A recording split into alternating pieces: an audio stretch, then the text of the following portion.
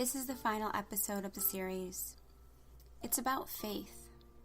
My dad had always been the ultimate atheist, so seeing the little Bible in his car was not only kind of shocking, but it made me really think about when belief, faith, came into his life.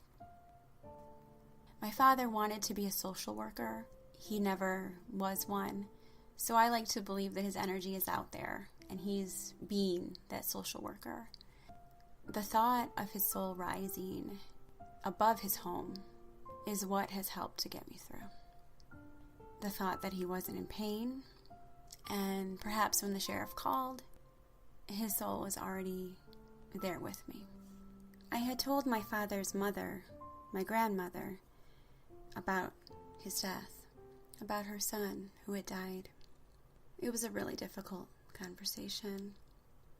And we also talked about how Dad had been the ultimate atheist. But she mentioned to me that Dad had said to her that he'd pray for her. He had said to her, "I'm learning a little more about what I didn't know." I feel like that as I go through my grieving process and as I go through these heirlooms. Going through these heirlooms has been a special way to feel a connection to my dad. These heirlooms are sort of a guide for me.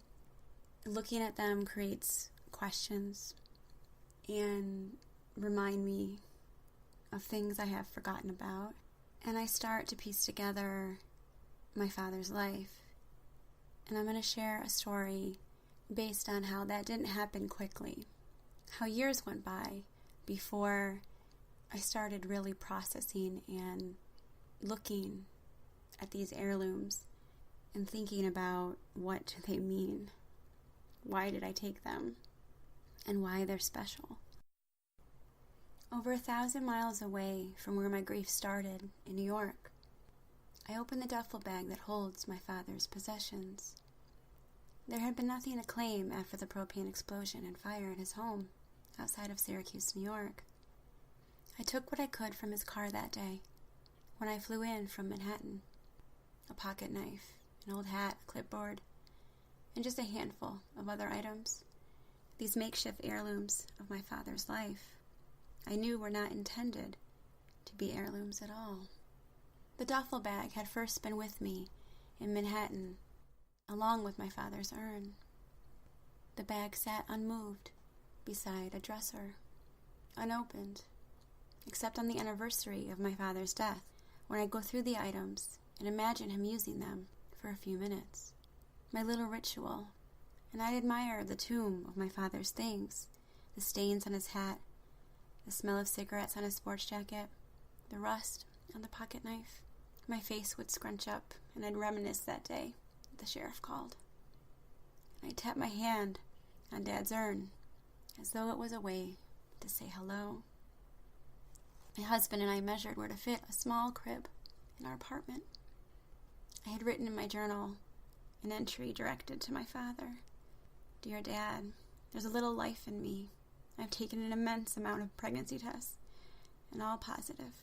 If you were alive, I could call you and tell you." During the next years, I became completely swaddled up with 2 kids a couple years apart.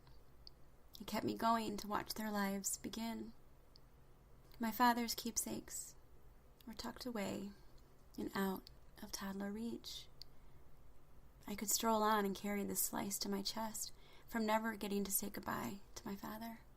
I was completely immersed in their busy-bodied lives, lovingly heaving the double stroller while we whizzed across 79th Street, past Lexington Park and Madison Avenue, a quick swish left on Fifth to the Central Park Zoo. Other days blissfully throwing pennies into the fountain and making wishes. The days went by quickly in their every smile, while taking photos by the dinosaur bones at the Science Museum, my handbag packed with organic snacks, and Thomas the Train at the forefront of our lives. My grief became mine only, and in the background, while encouraging those first little steps of life. Then came my husband's midlife crisis and a sudden move to Texas. It was spring, and time had just crept past 5 years since my father died. My carry-on item was a duffel bag with my dad's heirlooms. My personal item was my dad's urn during the flight. In the still uncertainty of my new surroundings, I sit back on a newly bought lawn chair and my shoulders drop. The rush forward and push ahead that came with each pound of my boots in the city that I had called home since college screeches to a stop. In the isolation from not knowing a soul besides my husband's family here in Texas, it really does feel like the lonely Star State, while sipping sweet tea slowly in front of a sky that never ends. In an unfamiliar and partly rural landscape outside of Houston, it becomes a place to unearth my grief, dumping it among the cow pastures and pig farm across the cookie-cutter neighborhood. My grief hits the gas, full force. I see my father's keepsakes again. I lift his coat and smell the must of his life. I flick out the compartments of the pocket knife. I flip through the little orange Bible that has his name on the inside flap and study a handful of other random stained items. I wish I could call him.